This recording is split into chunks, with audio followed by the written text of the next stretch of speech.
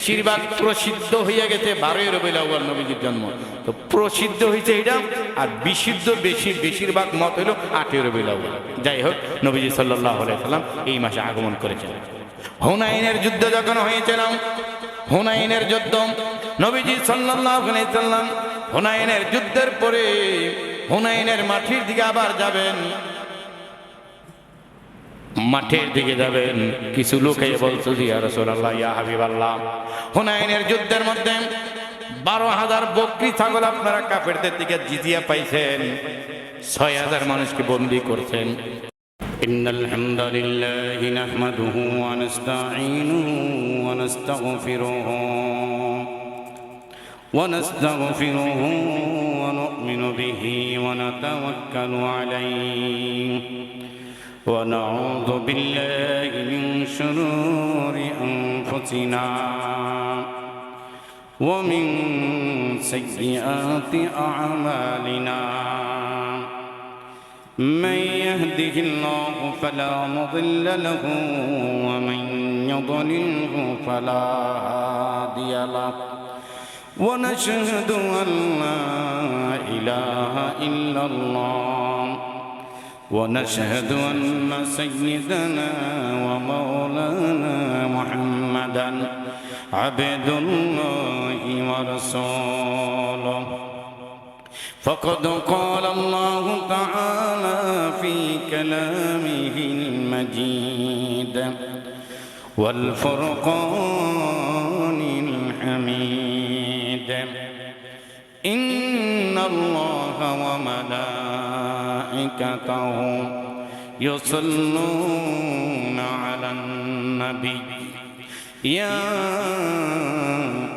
أيها الذين آمنوا صلوا عليه وسلموا تسليما اللهم صل على محمد وعلى آل محمد كما صليت على إبراهيم وعلى آل إبراهيم إنك حميد مجيد اللهم بارك على محمد وعلى آل محمد كما باركت على إبراهيم وعلى آل إبراهيم إنك حميد مجيد لا إله إلا الله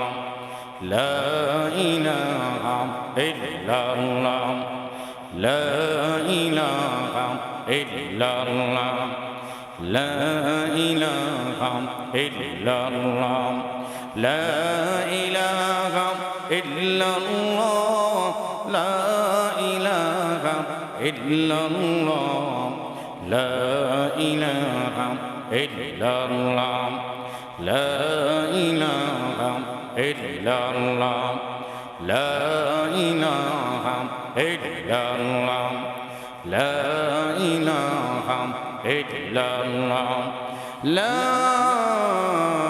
إله إلا الله محمد رسول الله صلى الله عليه وسلم يا صاحب الجمال ويا سيد البشر من وجهك المنير لقد نور القمر محمد بشر وليس كالبشر يقوت حجر وليس كالحجار لنا الشمس وللآفاق شمس وشمس السماء أفضل شمس السماء فإن الشمس تطلع بعد الفجر وشمس تطلع بعد العشاء وأحسن منك لم تر قط عيني وأجمل منك لم تلد النساء خلقت مبرأ من كل عيب كأنك قد خلقت كما تشاء الحمد لله রব্বে কারিমের দরবারে শুকরিয়া আদায় করছি। রবিউল আউয়াল মাসের প্রথম জুমায় সবার আগে এসে পৃথিবীর সর্বশ্রেষ্ঠ নাম জপন করার সুযোগ যে আল্লাহ দান করেছেন, দিল থেকে কালিমাতুশ শুকর আদায় করছি আলহামদুলিল্লাহ। প্রতি বছরই রবিউল আউয়াল মাস নবীজি সাল্লাল্লাহু আলাইহি সাল্লামের জন্মের মাস ঘুরে ঘুরে আসে। আমরা প্রতি বছরই নবীজির সিরাত, চরিত্র, জীবন, আদর্শ, কর্ম, জন্ম, কৈশোর, বিবাহিত জীবন, নবুয়তের আগে পড়ে মেরাজের আলোচনা ইত্যাদি নিয়ে আলোচনা করে থাকি। এবছরও নতুন আঙ্গিকে যে আলোচনাগুলো আমি করে গিয়েছি এগুলা ছাড়া অন্যান্য সিরাতের কিতাব থেকে, তাফসীরের কিতাব থেকে নতুন আঙ্গিকে রাসূলের সিরাত সম্পর্কে, চরিত্র সম্পর্কে আমরা জানব। সেই নিমিত্তে আমি সূরাতুল আহজাবের 40 নং আয়াত আপনাদের সম্মুখে তেলাওয়াত করব। এই আয়াতের আলোকে কথা বলব, হাদিস থেকে তেলাওয়াত করব। পৃথিবীর শ্রেষ্ঠ কবি হাসান বিন সাবিত রাদিয়াল্লাহু তাআলা আনহু নবীজি সম্পর্কে দুটি কবিতা রচনা করেছে। আল্লাহ সুবহানাহু ওয়া তাআলা নবীজি সাল্লাল্লাহু আলাইহি সাল্লামের শুভ আগমন পৃথিবীর জন্য মোবারক হয়েছিলেন, আজও মোবারক হয়ে আছেন, কিয়ামত পর্যন্ত মোবারক হিসাবে থাকবেন। আমরা রাসূল সাল্লাল্লাহু আলাইহি সাল্লামের পিয়ারা উম্মত হতে পেরেছি বিনা অ্যাপ্লিকেশনে। এই জন্য দিল থেকে আবার বলছি আলহামদুলিল্লাহ। হুজুর পাক সাল্লাল্লাহু আলাইহি সাল্লামকে আল্লাহ প্রেরণ করেছেন। আল্লাহ রাব্বুল আলামিন সূরাতুল আহজাবের 40 নং আয়াতে বলে দিয়েছেন, মা কানা মুহাম্মাদুন আবা আহাদিন মির রিজালিকুম ওয়ালাকিন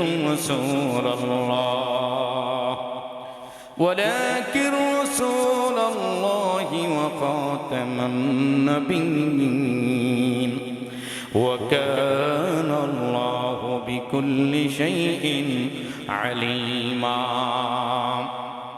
আমি আল্লাহ মুহাম্মদকে প্রেরণ করতাম না, তবে তোমাদের মাঝে কোনো পুরুষের বাবা হিসেবে প্রেরণ করি নাই। পুরুষের বাবা তোমাদের নবী মুহাম্মদ নন, এবং তিনাকে দিয়ে 1,24,000 পয়গম্বরের নবুয়তের দপ্তরে তালা লাগিয়েছেন। তিনি হইলেন শেষ নবী, তিনি হইলেন আখেরি নবী, তিনার পরে আর কোন নবী আসবে না। বুখারী শরীফে নবীজি বলেছেন, আনা খাতামুন নাবিয়্যিন লা নাবিয়্যা বা'দি।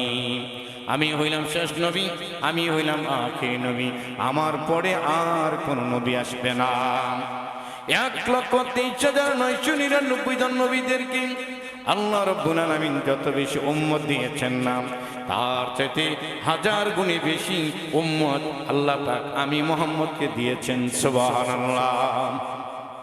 মুহাম্মদ সাল্লাল্লাহু আলাইহি সাল্লামকে ছোট কালে দেখি বহাইরা রাহেব সহ গণক, জ্যোতিষী সবাই দেখে চিনতে পেরেছে যে এটা ভবিষ্যতের উল্কা, ভবিষ্যতের তারকা। কারণ পূর্ববর্তী কিতাবের ভিতরে আমার নবী, আপনার নবী সাল্লাল্লাহু আলাইহি সাল্লাম সম্পর্কে আলোচনা আল্লাহ এনে দিয়েছেন।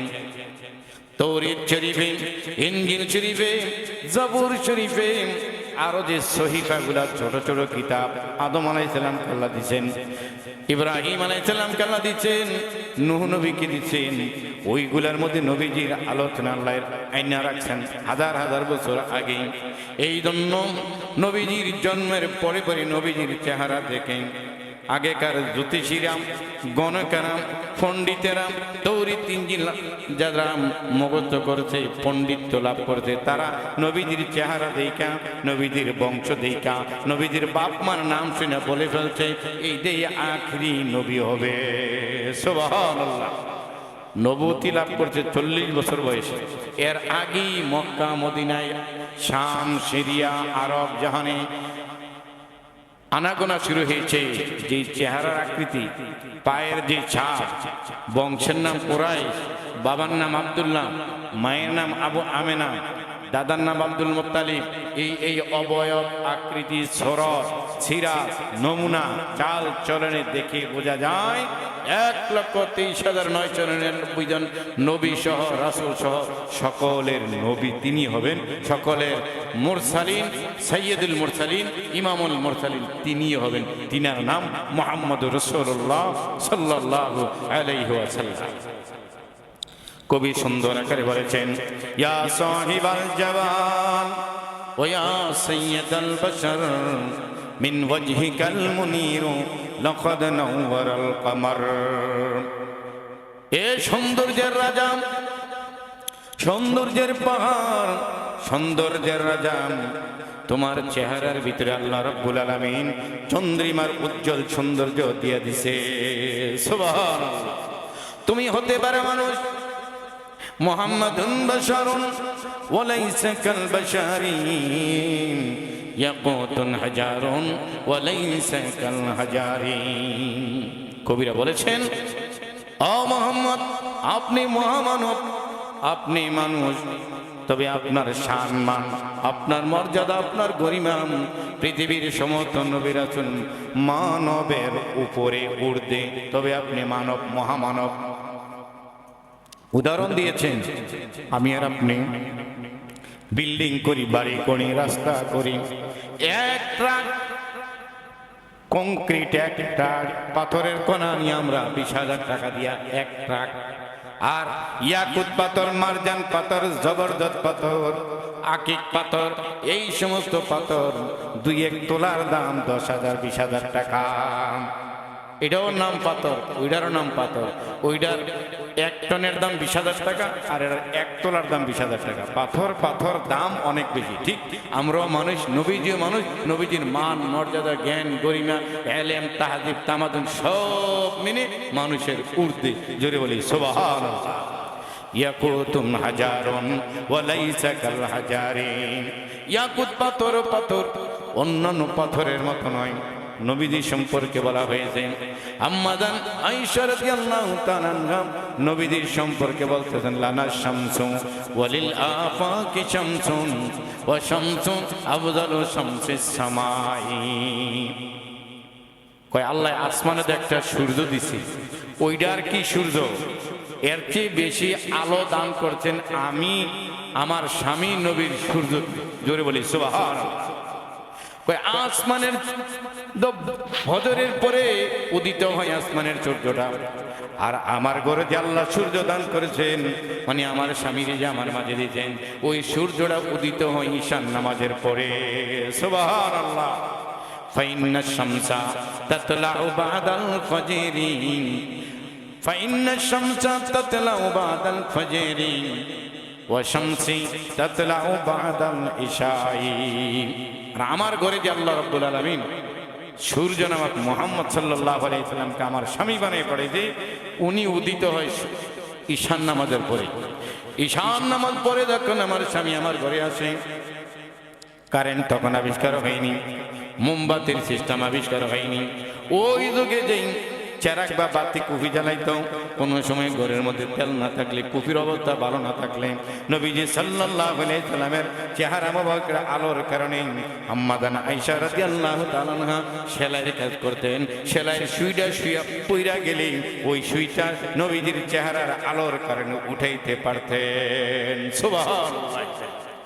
আমাদের খুশ নসিব যে আমরা কোনো লবিং ছাড়া, কোনো ঘুষ দেওয়া ছাড়া, কোনো অ্যাপ্লিকেশন ছাড়া এই নবীর উম্মত আমাদেরকে বানিয়ে দিয়েছেন। সুবহানাল্লাহি ওয়া বিহামদিহি, আলহামদুলিল্লাহি হামদান কাসীরান তাইয়্যিবান মুবারাকান ফীহি। আমরা সুনসিব না, কত কোটি কোটি উম্মত গুজরে গেছে, এরা এই নবীর উম্মত হতে পারেনি। আমরা বাংলাদেশের মতো সৌদি আরব থেকে 7,000 মাইল দূরে বাংলাদেশ, ওই জায়গায় এসে এই নবীর উম্মত হয়ে গেছি। কোনো দরখাস্ত টরখাস্ত লাগে নেই, লবিং করা লাগে নেই, ঘুষ দেওয়া লাগে নেই। ওই যে এখন বাচ্চা হইলেও ঘুষ দেওয়া লাগে, বাচ্চা হইলেও চান্দা দেওয়া লাগে। আর হিজরাদের এই এলাকায় আছে কিনা একটু আগে শুনতে পারেন, আমাদের সম্মানিত মুয়াজ্জিন সাহেবের হিজরারা আটকাই দিচ্ছে। হিজড়ার আজকে হুজুরের মনে নতুন বাবু হয়েছে, হিজড়ার একটা উৎপাত আছে, হুজুরে আজানও দিতে পারেনি, অহনে হিজড়ারা দইরা মোল্লা টাকা দিয়া দেবি এভাবে করে না, টাকা দিয়া যাবি 5,000 7,000 10,000 দাবি করে যত কম দেওয়া যায়, এটা একটু অতিষ্ঠ। যদি তাদের জন্য সরকার আলাদা জায়গা বাসস্থান, তাদের জন্য কর্মসংস্থান করে দেওয়া জরুরি ছিল, কিছুটা হয়তো করেছেও, আরও করা দরকার। তো তারা যেই উৎপাতের রাস্তাঘাটে, কিছুদিন আগে আপনারা ফেসবুকে দেখেছেন বিয়ে শাদির গাড়ি, বিয়ের গাড়ির সামনে দাঁড়াচ্ছে, একবার কাপড় আঙ্গাই গুছে হয় দিয়ে দেবে, নাহলে আমার বিয়ে করে দেবে। হইল নাকি বেয়াজ্জতির ব্যাপার? তো মুয়াজ্জিন সাহেব, ইমাম সাহেব আজান দিবে জুমার দিন, শুক্রবার দিন, ওনাকে আটকায় কিছু দিয়া দিতে হোক, এই কাজ জাপ করতে করতে হুজুরের একটু সময় নষ্ট হয়ে গেছে, হুজুরের কষ্ট হয়েছে। আল্লাহ রাব্বুল আলামিন এই পরিত্রাণ থেকে বাংলাদেশকে হেফাজত করে, জোরে বলে আমিন। হিজড়ারা উৎপাত অনেক জায়গায় বেশি করে, বাচ্চা টানা হেঁচড়া করে, বাচ্চারা নিয়ে ভাবে ঘুরায়, বাচ্চার বাবেরকে কোলে করে ধরে, আমজা দিয়ে ধরে, মহিলার কাপড় টানাটানি করে টাকা দিবে। এই উৎপাত থেকেই সরকার কোনো একটা পদক্ষেপ নেওয়া দরকার, রাস্তাঘাটে গাড়ি থামাইয়া যাতে এভাবে বেয়াজ্জতি না করবে। হ্যাঁ, তাদের জন্য একটা বাজেট বরাদ্দ, তারা যেহেতু তৃতীয় লিঙ্গ, পুরুষও না মহিলাও না, তাদের জন্য একটা বরাদ্দ, তাদের জন্য একটা বাজেট, বা তাদের জন্য পুনর্বাসন, তাদের জন্য একটা বাসস্থান, তাদের জন্য একটা এলাকাকে এইভাবে করে দেওয়া দরকার, যাতে তারাও পেটে খেয়ে বাঁচতে পারে। আল্লাহ রাব্বুল আলামিন সেই সুযোগ বাংলাদেশ সরকার যারা আসবে, শাসক গোষ্ঠী যারা আসবে, ন্যায় ইনসাফের সাথে এই বিশ্লেষণটা করার তৌফিক দান করে। সবাই বলি আমিন। ন্যায় ইনসাফের কথাগুলি অনেকে চিন্তা চান রাখবেন। এই দেশে আমরা মনে করেছিলাম জুলাই অভ্যুত্থানের পরে নতুন দেশ নতুনভাবে সাজানো হবে, এখনো হয়তো সাজানো হয় নাই। গুম, হত্যা, লুণ্ঠন, ব্যভিচার, দর্শন, চাঁদাবাজি, দান্দাবাজি, জমি দখল, জবরদখল, খাল দখল, পানি দখল, পাথর দখল থেকে কোনোটাই বাকি নেই। বসতেছি না আমাদের সম্মানিত প্রধান উপদেষ্টা ডক্টর ইউনূস সাহেব কি করছেন, বা অলরেডি শুনেছি বাংলাদেশে আন্তর্জাতিক সেই কমিশনের কার্যালয় স্থাপন করে ফেলছে। আস্তে আস্তে কি এই দেশটাও কি একসময় ভারতের দাবিদারি করছে, আবার কি নাকি আবার আমেরিকার দাবিদারি করা লাগে। গুনার জাল ছিঁড়া কি আবার লোহার জালে কি আটকাই কিনা, গুনার জাল ছিঁড়া কি আবার লোহার জালে কি আটকাইলাম, তাই তো বলবা হায় হায় আগে ভালো ছিল, গুনার জাল ছিঁড়া লোহার জালে আটকাইলাম। গত 2 দিন আগে বরিশাল সবচেয়ে আমরা ভালো মনে করি, বরিশাল অঞ্চলের পীর সাহেব চরমনাই হুজুর যাহার ওয়াজ নসিহত তাজকিয়ার ইত্যাদির কারণে লক্ষ লক্ষ মানুষ হেদায়েত পাইছে। ওই এলাকায় মুলাদি আপন ভাইয়েরা দাড়ি পাইকে গেছে, আপন ভাইয়েরা বাবার সামনে জমি জমা টাকার রেশ ধরে আপন ভাইয়ের চোখ হাত দিয়া উঠাইয়া ফেলাইছে, নিয়ে বাবার হাতে দিলে। জোরে বলি নাউযুবিল্লাহি মিন যালিক। দৃষ্টান্তমূলক শাস্তি যদি সেই মিটপুরের পাথর দিয়ে যারা মারছে, দৃষ্টান্তমূলক শাস্তি যদি গাজীপুরে যারা দিনের বেলায় সাংবাদিক জবাই করছে, ওদেরকে দৃষ্টান্তমূলক শাস্তি যদি প্রকাশ্যে দেওয়া হইতো তো পুনরাবৃত্তি হয় ঘটনা। আপন ভাই, ভাইয়ের মেয়ে, আপন চাচাকে, আপন বাসুরকে, আপন বাবার জন্মদাতা বাবার সামনে নিজে শোয়াইয়া দইরা চোখ খুইলা ফেলা কত বড় নৃশংস, কত বড় অপরাধ, কত বড় অন্যায়। এগুলার বিচার আমরা দ্রুত কামনা করছি সারা বাংলাদেশে। আপনাদেরকে আমি বলে যে আশরাফ আলী থানভী রহমতুল্লাহ আলাইহি বলেছেন, বেহেশতি দেওয়ারে পারিবারিক সংসার চলনের নীতি নৈতিকতার ওয়াদের মধ্যে তিনি বলেছেন, ভাইয়েরা যখন ভালো আপোষে ভালো থাকবেন, মিল মোহাব্বত থাকবেন, তখনই জমি জমা ভাগ করে নিয়ে নিয়ে, যখন ভাগ হবেন না, ভিন্ন হবেন না, আলাদা হবেন না, হয়তো টুদা টুমুরি তো হওয়া লাগবে। এমন সময় গিয়ে ভিন্ন হয় যে ভাই ভাই মারামারি। আপনারা শুধু বরিশালের ওই ঘটনা, কুমিল্লাও আছে, আমার জেলার খালি নাই। জমি জমা নিয়ে ভাইয়েরা, ভাইয়ের ছেলেরা, মেয়েরা অন্য ভাইকে জবাই করে ফেলেছে, হাত কেটে ফেলেছে, মাথা কোপ দিয়েছে, জমির রেশ ধরে আপন ভাই আপন ভাইকে মেরে ফেলেছে, জমির রেশ ধরে বাবাকে পিটিয়ে নারায়ণগঞ্জের সোনাকা রক্তাক্ত করেছে। তো ত্যক্ত উত্তেক্ত একবারে মন মালিন্য হওয়ার আগে আপোষে বসে যে যতটুকু পাওনা ওয়ারিশ সূত্রে সামাজিক নিয়ম অনুসারে, কোরআনের অনুসারে সেভাবে ভাগাভাগি করে নেন। তারপরে বিষয়টা হবে কি, তখন দেখবেন ভিন্ন হয়ে গেলে আপনি হেরে দাওয়াত দিয়ে একদিন খাওয়াইতেছেন, হে আপনার একদিন দাওয়াত দিয়ে খাওয়াইতেছে, আপনার ঘরে ভালো রান্না হলে বাটি দিয়া বাইরের বাসায় একটু পাঠাই দেন বাইরের ঘরে, আবার বাইরের ঘরে রান্না পাক হলে ভালো পাক হইলে আপনার ঘরে পাঠাই দেন। মিল মোহাব্বত রয়ে গেছে। কিন্তু আপনাদের দেশে যেটা হয় ভিন্ন হয় না, আলাদা হয় না, হইতে হইতে ঝগড়া হইতে হইতে বাইয়ের সাথে বাইয়ের আসারেসি, আবার বালিশে কান কথা বলতে বলতে বাইকে খেপাইয়া বাইয়ের উপর খেপায়, এই বউ আবার এই বাইকে ওই বাইয়ের উপর খেপায়, খেপাইতে খেপাইতে খেপাইতে খেপাইতে পিঠ দেওয়ালে ঠেকে যায়। তখন নিজেরাই মীমাংসা করতে পারে না, আশেপাশের দরবারি চেয়ারম্যান মেম্বার এনে তারপরে ভিন্ন হয়। এমন প্রকার ভিন্ন হয়, মারামারি 1 ইঞ্চি জায়গাও কেউর জন্য কেউ ছাড়ে না, 1 ফিট জায়গা কারোর জন্য কেউ ছাড়ে না, একটা হাড়ি বাতিল এটারও ছাড়ে না। গত 1 সপ্তাহ আগের ঘটনা, আমার মুসল্লি ঢাকা শনির আকরার বলছে, হুজুর ভাইয়ের জন্য, বাবার জন্য, সবার জন্য আমি করলাম 2টা বাইক আইনা সেটেল করলাম, 2টা হোটেল আমি দিচ্ছি, বাবার নির্দেশে অন্য ভাইয়েরা আমার একটা হোটেল দখল করে নিয়ে নিচ্ছে। আচ্ছা, তাতে আপত্তি নাই। এখন একসাথে থাকতে আমি ঢাকা, তারা সবাই দেশে একসাথে, ভিন্ন হইনি। এখন যে আমি কিছু জমি কিনেছি বা কিছু টাকা গচ্ছিত করছি আগে, এখন এগুলারও বাঘ চাই, এগুলো এখন কি করবো? তাই উনি বলতেছে, আমি বললাম যে যেহেতু এগুলার বাক্সা একসাথে থাকতে তো আমি বিয়েও করছি, বউর বাক্সাবি ধরা, তাহলে উনি মুখে উনি বলছেন একসাথে তো আমি আলাদা জমিন কিনছি, তো করে সেটেল করছি, তো করে লেখাপড়া করেছি, ছোট ভাই বোন বিয়ের সাথে আমি দিয়েছি, ঘরে কামাই সুদ আমি একাই ছিলাম, তো এখন আমি তাদেরকে যা পর্যন্ত করছি এখন তারা এগুলা সব বাঘ নিচ্ছে। জমি আলাদা আমার নামে রেজিস্ট্রি করছি, এটা বাবার নির্দেশে বাইরেরা চাষাবাদ করে রাখায়, এটা আমি আনতে গেলে বাবা বলছে কোনোদিনও এই জমিন তাদেরকে দেওয়া ছাড়া নিতে পারবি না। এখন কি বাবার বিরুদ্ধে আমি অবস্থান করতে পারবো? তখন আমি বসে 5-7 মিনিট সলিউশন দিয়েছি, বাবা মা যতক্ষণই বেঁচে আছে তাদেরকে আপনার সামর্থ্য অনুযায়ী খেদমত করবেন, টাকা পয়সা দিন, চাল ডাল কিনে দিন, তারা মনে কষ্ট যেমন কাজটা করেন না, তবে তোনাকে রিকোয়েস্টের সরে বলবেন, আব্বা যেহেতু এই জমিটা আমার নামে আমি রাখছি, আবার আমি তাদেরকে লেখাপড়া যতটুকু সম্ভব করাইছি, বিয়ে শাদী দিয়েছি, হোটেলও একটা আমার দিয়ে দিছি, এইটা আমার নিয়েন না। চাষাবাদ লাগলে 2-4 বছর করে রাখান, আমি যেহেতু ঢাকা আছি, আমি বাড়িতে আসা আগ পর্যন্ত সিলেটের হবিগঞ্জে বাড়ি, এই পর্যন্ত চাষাবাদ করে রাখান, এভাবে একটা সলিউশন দেন।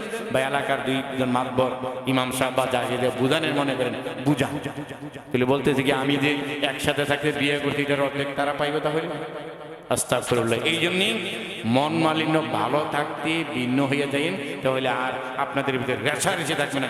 এমন পর্যায়ে যেয়ে ভিন্ন হইন না যে ভাইয়ে ভাইয়ে ধরাধরি করা লাগে, মারামারি করা লাগে। এটা অলরেডি বাংলাদেশে আপনি পাইছেন। কিছুদিন আগে একটু আপনারা দেখেছেন, বাবা মারা গিয়েছে, চেহারে বসে স্ট্রোকের মারা গেছে, এই মরা হাতটার নেটি ফেলে সব জমিন বড় ভাই লিখে নিয়ে গেছে। দেখছেন না আপনারা, এটি বাংলাদেশে ঘটছে। আপন ভাইয়ে ভাইয়ে একটু জমির জন্য, সীমানার 1 ইঞ্চি 1 ফিটের জন্য আপন ভাইয়ে ভাইয়ে মামলা মোকদ্দমা চলছে, লবিং চলছে। আপন ভাই অন্য কিলারকে দিয়ে ভাইকে মারানোর চেষ্টা করছে, অন্য সন্ত্রাস গডফাদারকে দিয়ে টাকা খরচকে ভাইকে হেস্তনেত মারানোর চেষ্টা করছে। অতএব আশরাফ আলী থানভী রহমাতুল্লাহ আলাইহি যে সলিউশনটা দিয়েছেন, যে যখন পৃথক হবেন এমন পর্যায়ে হবেন যাতে আপনারা ভাই ভাই ভালো আছেন। এই ভাইয়েরা বৈশাখ ডাক দিয়ে বসে, ভাই যেহেতু আব্বাই মারা গেছে, আমাদের জমি জমা বাগে, এবার আমরা আপোষে থাকতে আমরা মিলিমিশে ভাগ করে নিতে, যেমন নিয়ে আলাদা করে কাগজপত্র করে ফেলবেন। আরেকটা পয়েন্ট বলে দিই, আলাদা করে যে কাগজপত্র করেন না, এগুলা দিন দিন আইন প্রণয়ন এত কঠিন, এত বেশি হয়ে যাচ্ছে, পরবর্তীতে এই কাগজপত্র ঠিক করা অনেক কঠিন। আমার বাবার জমি আর 40 বছর আগে খাজনা দেওয়া হয় নাই, এখন দলিলও পাওয়া যায় নাই, এখন এটা দখলও দেওয়া যায় নাই, টাকা দিয়ে কিনছি। এক সময় যে ছিল 1 কেজি জিলাপি খাইয়া 10 শতক জমি লিখে দিয়ে বলেছে, দাদাই নাতিনরে খুশি হইয়া 2 শতক 10 শতক জমি লিখে দিয়ে লিখেন, কাগজে লিখে দিতে বা মুখে দিতে। কিন্তু এখন এগুলো রাইট হচ্ছে না, অন্য ওয়ারিশটা মেনে নিচ্ছে না, জায়গা জমিনের দাম বেশি। আপনাদের যারা এই জাতীয় মামলা আছে, এটি ভাইয়েরা আপোষে থাকতে ভাগাভাগি করে ফেলবেন। মন মালিন্য, দস্তাদস্তি, লবিং, সন্ত্রাসী কায়দায় যাওয়ার আগেই আপোষ থাকবেন। আর এক ভাই আরেক ভাইয়ের জন্য একটু ছাড় দিন, আচ্ছা ঠিক আছে তোমার 1 শতক বেশি গেছে, ঠিক আছে অন্য দিক দিয়ে আমার 1/2 শতক বেশি দিয়েছো, এভাবে ছাড় দিয়া মালিশ করে নেবেন, ফিনিশ করে নেবেন। না হয় এই জের আপনি মারা যাবেন, আপনার ছেলেরা মারা যাবে, আপনার নাতিরা পরবর্তীতে কাগজ দিয়ে কাগজ এটা কোন সূত্রে আমার দাদাই আমার বাপে তাগরে 2 শতক বেশি দিয়ে গেছে, এখানে তো আমরা 1 শতক পাবো, এখানে 1 ফিট পাবো, এটা নিয়ে মামলা মোকদ্দমা করবে, এটা নিয়ে মারামারি করবে, এটা নিয়ে মার্ডার করবে, এটা নিয়ে কিলার দিয়ে মারাবে, আপনার কবর থেকে রুহানিভাবে তখন কষ্ট হবে না। এই সমাধানটা যদি আমি করিয়ে দিয়ে আসতাম তো আজকে আমার 2 নাতি মারা যাইত না, আমার বউ দেয়ালে থাকতো না। বরিশালের যে মুলাদির ঘটনাটা, ওনার তো চোখ উড়াইছে, এই চোখ ফেরত আসা সম্ভব নয়। এখন যারা প্রধান আসামি ধরা খেয়েছে, আরো আসামিগুলো ধরা খাবে, তারাও তার আজীবন নিস্তারে ভালো থাকতে পারবে না। উভয় পক্ষে রোশন হলে উভয় কষ্টের মধ্যে পড়ছে। অতএব এই কষ্টে যাওয়ার আগে শান্তিপূর্ণ অবস্থায় ফ্যামিলিতে থাকাকালীন বাগবাটোয়ারা করে ফেলবেন। ইনসাফের কথা থেকে এখানে গিয়েছিলাম। হুজুরে পাক সাল্লাল্লাহু আলাইহি সাল্লাম সম্পর্কে হাসান বিন সাবিত রাদিয়াল্লাহু তাআলা আনহু বর্ণনা করেছেন, ওয়া আহসানু মিনকা লাম তারা কাত্তু আইনি, তোমার মতো সুন্দর পৃথিবীতে আর আমি কোনো দেখি নাই। ও মুহাম্মদ, এমন সুন্দর আল্লাহ তোমাকে বানাইছে। ওয়া আজমালু মিনকা লাম তালিদিন নিসাই, এই পৃথিবীর মহিলারা তোমার মতো সুন্দর মুহাম্মদ আর কেউ জন্ম দিতে পারে নাই। খলিকতু মুবাররাম মিন কুল্লি আইবিন কাআন্নাকা ক্বাদ খালাকতা কামা তাশাউ, তোমাকে এমন ভাবে বানানো হয়েছে সমস্ত দুষ্টুদি থেকে মুক্ত। আমরা মানুষকে আল্লাহ বানাইছে, কারো চেহারা লম্বা, কারো চেহারায় গোস্ত কম, কাহারো চেহারার তুলনায় চোখ ছোট, কাহারো চেহারার তুলনায় কান ছোট, কাহারো মাথা একটু বড়, কাহারো চেহারার শরীরের তুলনায় মাথা একটু ছোট, কারো চেহারার তুলনায় দাঁত মোটা বেশি, কারো চেহারায় দাঁত চিকন বেশি, কারো ঠোঁট একটু মোটা, কারো ঠোঁট একটু চিকন বেশি, কারো থোতা ছোট, কারো থোতা বড়, কারো গালে গোস্ত বেশি, কারো গালে গোস্ত কম, কারো কান একটু বাঁকা, কারো কান একটু বড় বা ছোট, ইত্যাদি প্রকার অনেকের হয়ে থাকে। আর নবীজির আল্লাহ বানাইছে, নবীজির চেহারা আকৃতি, দাঁত, কান, মুখ, ঠোঁট ইত্যাদি জিহ্বা সব একুরে করে বানাইছে। কয় এমন পৃথিবীতে কেউ যেন মানুষ বানায় না। ও মুহাম্মদ, আপনি যেভাবে আপনি বানাইতে চাইছেন মনে হয় আপনার আল্লাহ সেভাবে বানাইছে। সুবহানাল্লাহ। রবিউল আউয়াল মাস নবীজি সাল্লাল্লাহু আলাইহি সাল্লাম কি চরিত্র, মাধুর্যতা, গঠন, অবয়ব, আকৃতি পৃথিবীর সব মানুষ থেকে শ্রেষ্ঠ বানাইছে। এমন কি বলা হয়েছে, সারা পৃথিবীর সৌন্দর্যটাকে 2টা ভাগে ভাগ করা হয়েছে। সারা পৃথিবীর সৌন্দর্য জামালিয়তটাকে 2 ভাগে ভাগ করা হয়েছে। একটা ভাগ সৌন্দর্য জামালিয়ত একা নূর নবী মুহাম্মদ রাসূলুল্লাহ সাল্লাল্লাহু আলাইহি সাল্লামকে এককভাবে দেওয়া হয়েছে। সুবহানাল্লাহ। আর অর্ধেক সৌন্দর্যের কি 2টা ভাগ করা হয়েছে। 1 ভাগ সৌন্দর্য, এই 1 ভাগের অর্ধেক একা হযরত ইউসুফ আলাইহিস সালামকে আল্লাহ পাক দিয়েছেন, আর অর্ধেক ভাগ পৃথিবীর সব মাখলুকের মধ্যে আল্লাহ ভাগ করে দিয়েছেন। সুবহানাল্লাহ। এমন সৌন্দর্য, এমন আকৃতি, এমন গঠন, এমন জিহ্বা, এমন দাঁত, এমন মুখের লালা, এমন চেহারা, এমন চোখ, এমন ভরো, এমন কান, নাক, দাঁত সব টোটাল এভরিথিং নবী সাল্লাল্লাহু আলাইহি ওয়াসাল্লাম সুন্দর করে বানিয়েছে। আমরা বলি সুবহানাল্লাহ। বাচ্চা হয়েছেন, আরবের প্রথা ছিল, নিয়ম ছিল, যেহেতু এখন আইয়ামে জাহিলিয়াত রয়ে গেছে, নবীজি মাত্র জন্মগ্রহণ করেছেন, আইয়ামে জাহিলিয়াতের অবস্থান রয়ে গেছে। ওই দেশের প্রথা ছিল, নিয়ম ছিল, শহরে যদি বাচ্চা জন্মগ্রহণ করে ওইটাকে দুধ পান করার জন্যে এলাকায় গরিব গরিব মহিলারা নিয়ে দুধ পান করাইতো। এর বিনিময়ে 2 বছর 1 বছরের জন্য টাকা নিত। এটা প্রথা ছিল, নিয়ম ছিল। হুজুর পাক সাল্লাল্লাহু আলাইহি সাল্লাম জন্মগ্রহণ করেছেন, মায়ের দুধ 1 সপ্তাহ বড়জোর পান করেছেন। তারপরে কিছুদিন সুয়াইবা বান্দির দুধ পান করেছেন। তারপরে হালিমাতুস সাদিয়া রাদিয়াল্লাহু তাআলা আনহা, বুড়ি একজন মহিলা, সুন্দর নয়, আদা বুড়ি একজন মহিলা, তিনার কপালে আল্লাহ রাব্বুল আলামিন এই নেয়ামত দান করেছেন। হালিমার ঘরে নবীজি যখন দুধ পান করেন, বয়স 1-1.5 বছর, হালিমার বড় একটা সন্তান আছে, মেয়ে যার নাম সীমা। হালিমার বড় একটা মেয়ে আছে যার নাম সীমা। আর কোলেও মোহাম্মদের সাথে বাচ্চা আছে যার সাথে দুধ পান করে। একদিনের ঘটনা, সীমা বড় মেয়েটাই, মা গরিব মানুষ, কত গরিব হইলে মানুষকে দুধ পান করে টাকা কামাই করে, নেহায়াত গরিব মানুষ, নেহায়াত গরিব মানুষ। বকরি চড়াইয়া খায়, ছাগল চড়াইয়া খায়, ওইটার বিনিময়ে কিছু টাকা পায়, সংসার চালায়। এমন গরিবের গরিব নবী মুহাম্মদ রাসূলুল্লাহ দুজাহানের বাদশাকে আল্লাহ পাক লালন করেছেন। এটার মধ্যে একমাত্র রয়েছে গরিব যাতে নবী দুজাহানের বাদশা হইল কখনোই অবহেলা না করে। নবী সাল্লাল্লাহু আলাইহি সাল্লাম মায়ের পেটে থাকা অবস্থায় নবীদের আব্বাজান আল্লাহ রাব্বুল আলামিন নিয়ে নিছে। এই জন্যে পৃথিবীর এতিম মানুষকে যেন নবীজি কখনো অবহেলা না করে, এই শিক্ষার জন্য আল্লাহ রাব্বুল আলামিন নবীকে পেটে থাকতে, দুধের বাচ্চা থাকতে গরিবের ঘরে লালন পালন করে আনছেন, নিজের এই বকরি চড়াইয়া লালন পালন করে আনছেন, এতিম অবস্থায় লালন পালন করে এনেছেন। সীমা বড় মেয়েটার নাম সীমা। বকরি চড়াইতে যাব, একলা একলা আমি বকরিগুলাকে কন্ট্রোল করতে পারি না। ছাগল ফালে পাগলে, এটা একটা ভাষ্য আছে।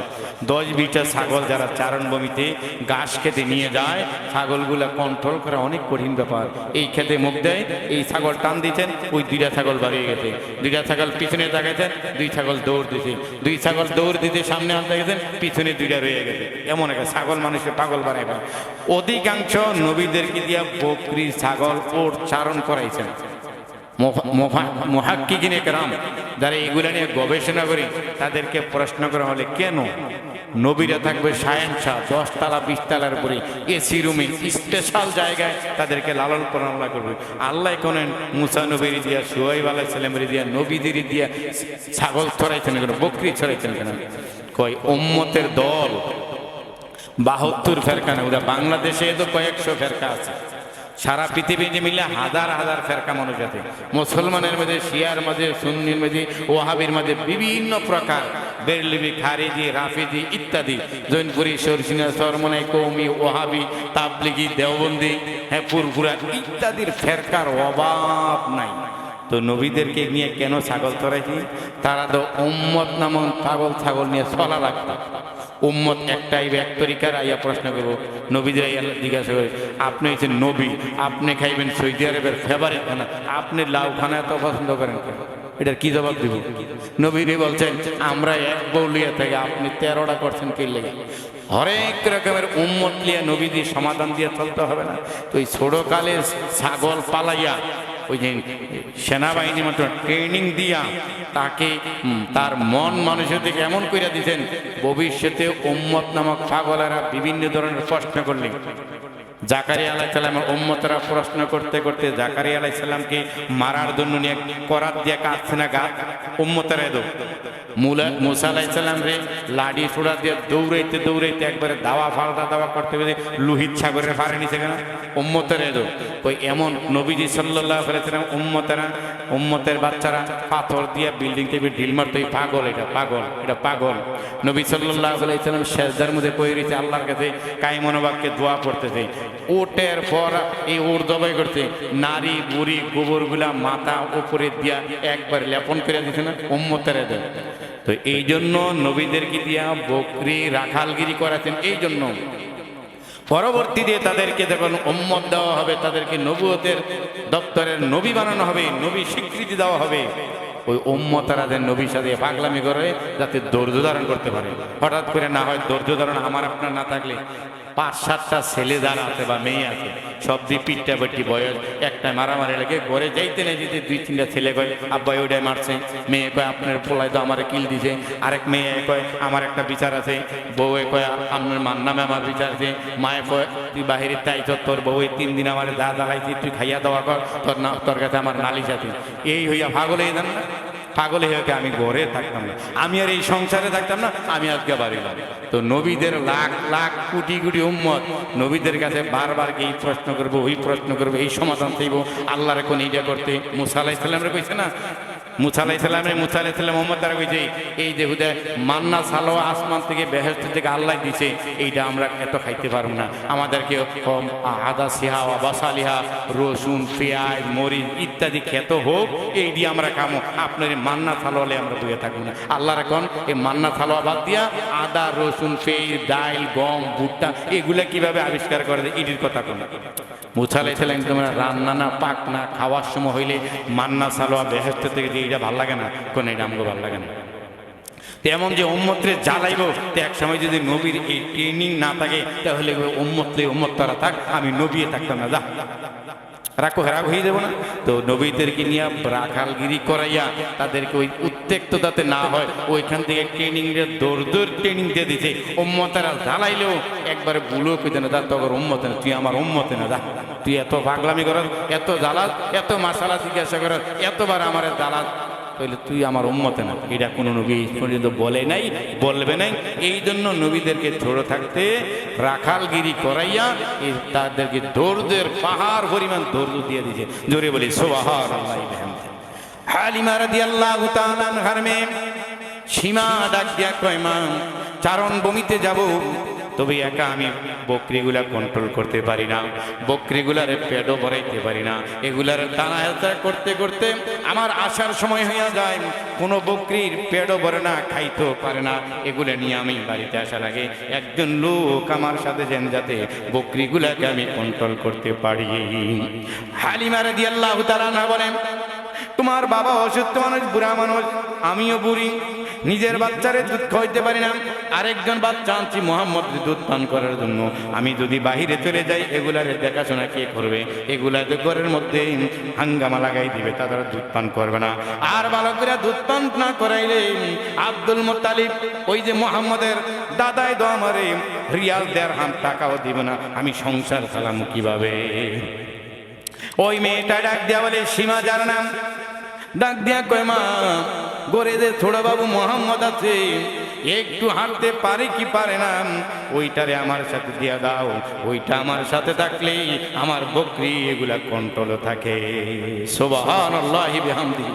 আর এই বাচ্চা তুই জানলি কেমনে, বুঝলি কেমনে? মা তোমার জানান ছাড়াম, তোমার কাছে অনুমতি ছাড়াম, আরো 2 দিন এই বাবুডারে কোলে নিয়ে আমি নিয়ে গেছি, এই বাবুডারে আমি চুমাই, বাবুর লোক আমি কথা বলি।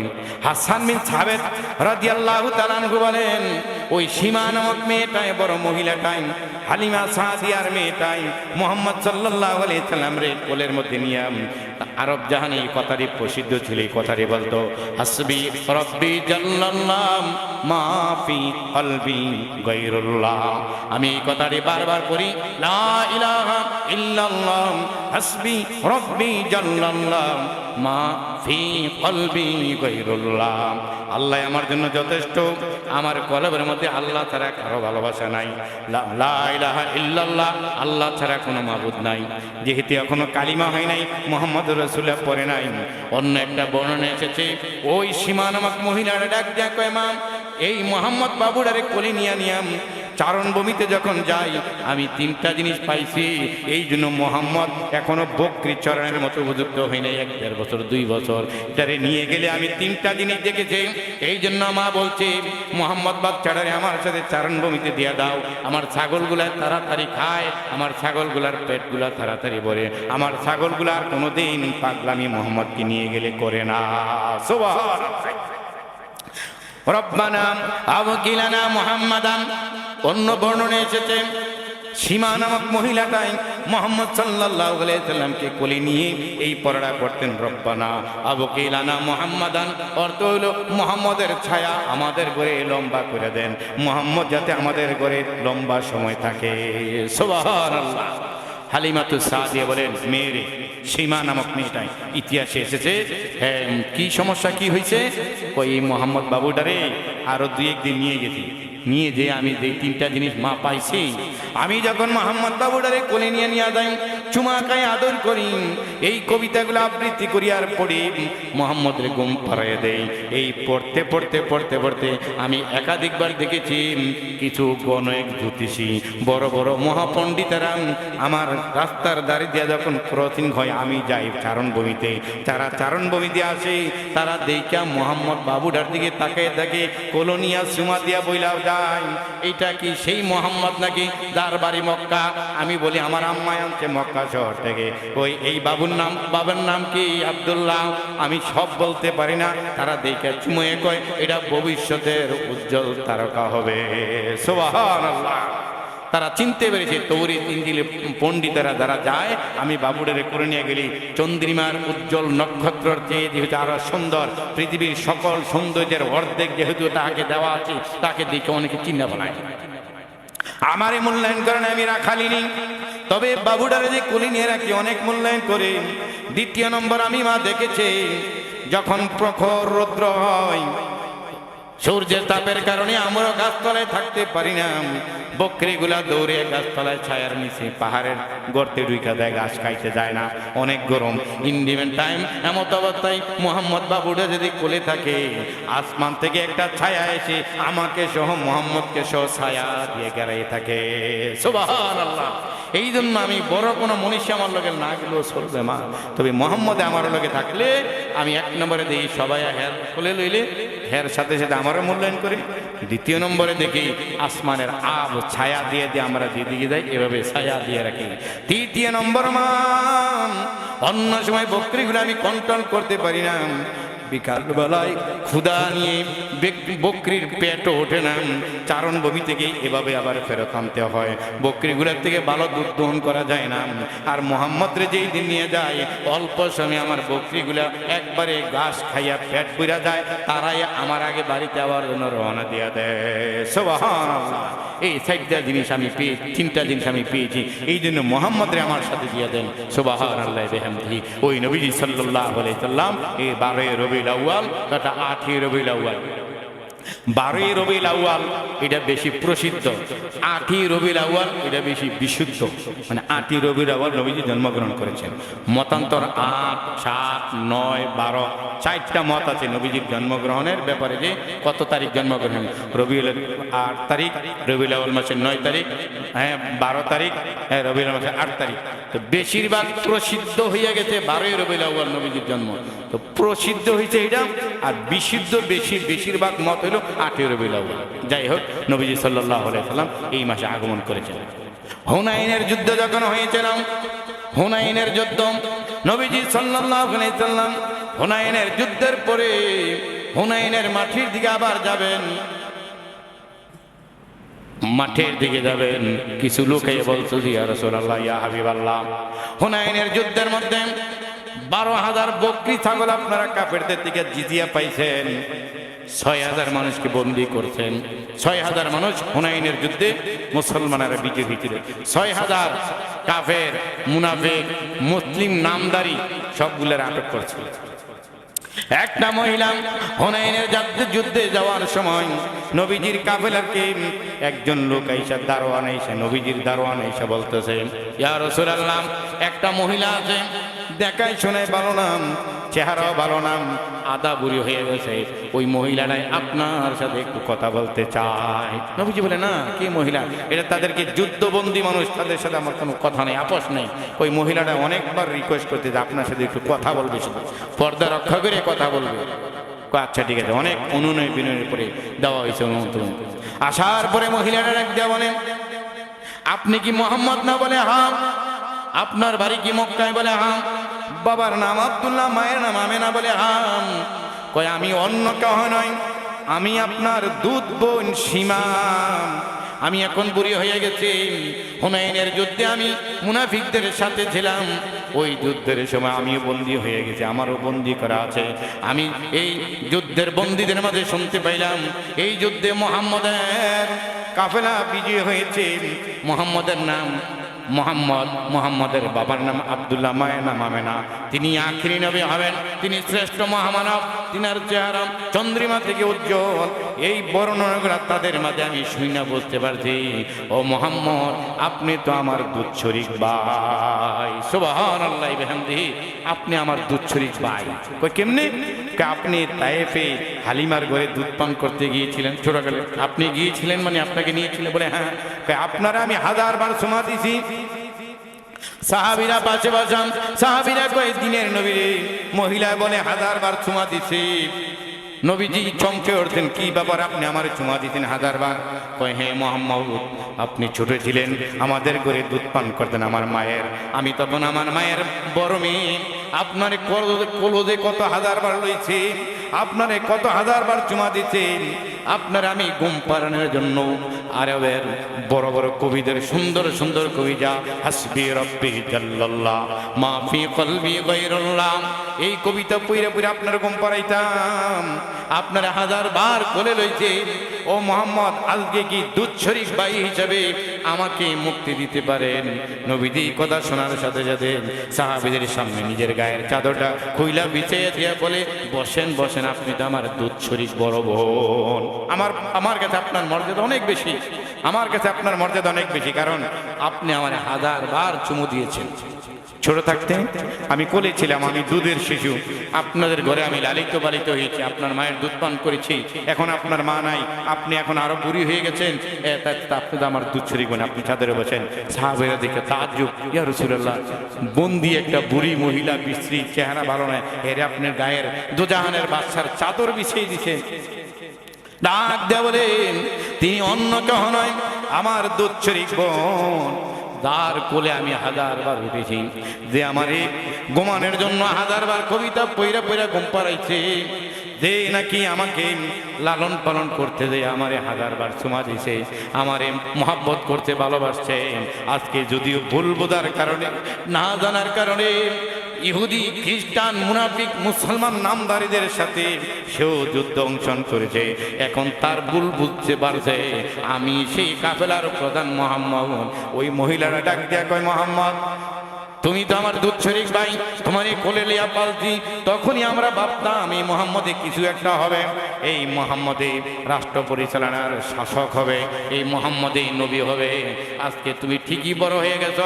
এই দোয়া তোমার জন্য আমরা কত করছি, রব্বানা আবুকাইলানা মুহাম্মাদান, এই কবিতা আমি পড়ছি 1000 বার তোমারে তাকাইয়া তাকাইয়া, তোমারে ঘুম পাড়ানোর জন্য। বাংলাদেশে যেমন বলে ঘুম পাড়ানি মাসি পিসি, এই কথা কইয়া কইয়া ঘুম পাড়ায়। আরব জাহানের মহিলারা এই কথা কইয়া কইয়া বাচ্চাকে ঘুম পাড়াইতো। রব্বানা আবুকিয়া মুহাম্মাদান লানা মুহাম্মাদান, রব্বানা আবুকিলানা মুহাম্মাদান। অর্থ হলো মুহাম্মদের ছায়াকে আমাদেরকে দীর্ঘ করে দেন, মুহাম্মদের হায়াত বাড়াই দেন। ও মুহাম্মদ, হয়তো আমার দোয়া কবুল হইছে, আমি ধরে নিবা আমাদের দোয়া কবুল হইছে, তোমার আল্লাহ বড় বানাইছে। তখন এই দোয়া তোমারে কইরা কইরা ঘুম পাড়াইতাম। সাহাবীরা কি রাসূলুল্লাহ, তাহলে সম্মানের পাত্র। চুমা দিছে, এটা কোনো দোষের কিছু নয়, ছোটকালে চুমা দিতে।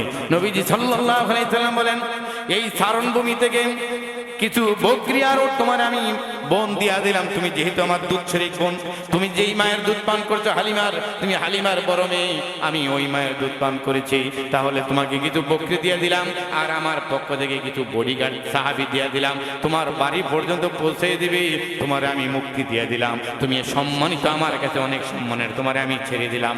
মহিলাটা ডাক দিয়া বলে, সীমা বলে, ও মুহাম্মদ দুধ শরীক ভাই, তুমি আমার ছোট ভাই, এখন যদি আমি একা আমার বাড়িতে চলে যাই, আমার মহল্লার লোকেরা যারা আছেন সবাই ভাববে নিষ্ঠুর একটা মহিলা একসাথে বন্দী হয়েছে 5,999 জনকে জেলের মধ্যে বন্দী রেখে একজন আইসা বলছে, ও মোহাম্মদ পারো কি আজকে উদারতা দেখাইতে?